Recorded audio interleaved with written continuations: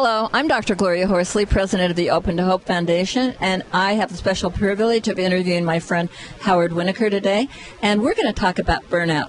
Howard, I want to tell you a story. When my son was killed, I worked at the University of Rochester. There was a very famous therapist there who you would know, who I will leave unnamed.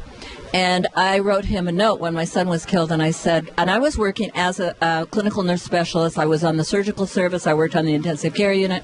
I worked all over the place with grief and loss. And I wrote this man, he was head of our team, a note about my son's death. And I said, how does the therapist grieve? Because I was a therapist. And how does the therapist grieve? And he wrote me back a note that said, long, tense, and endlessly like everyone else. I found that infinitely unhelpful, Howard. So I don't know 30 years ago if they were doing the kind of work you do, but I know you've talked about burnout. What would you have done for me?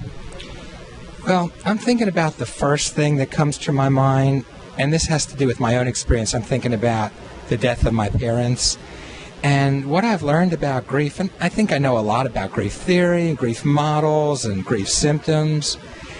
Is the first thing I realized is that the only thing knowing about all that did was help me know that there was some sort of process.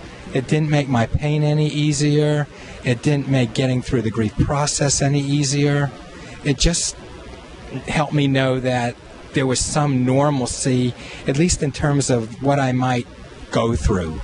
You know, that's interesting because I remember the Linderman, the old Linderman stuff at that time in the 30s, and he did the work in the 30s or, I don't know, 40s or whatever. 44. Okay, right. And I had the article there, and I sat and read it because there wasn't much 30 years ago, and I noticed myself going through the sign respirations, doing all the stuff that he talked about, and I was still doing it. It was kind of like a roadmap, but I took the trip. Well, you know, I think Lindeman's work actually going to the side was, you know, seminal in the work. It was actually, he wrote about, as you know and many people know, the Coconut Grove fire, where the fire killed, I think, over 200 people. And it was the first real study done on bereavement.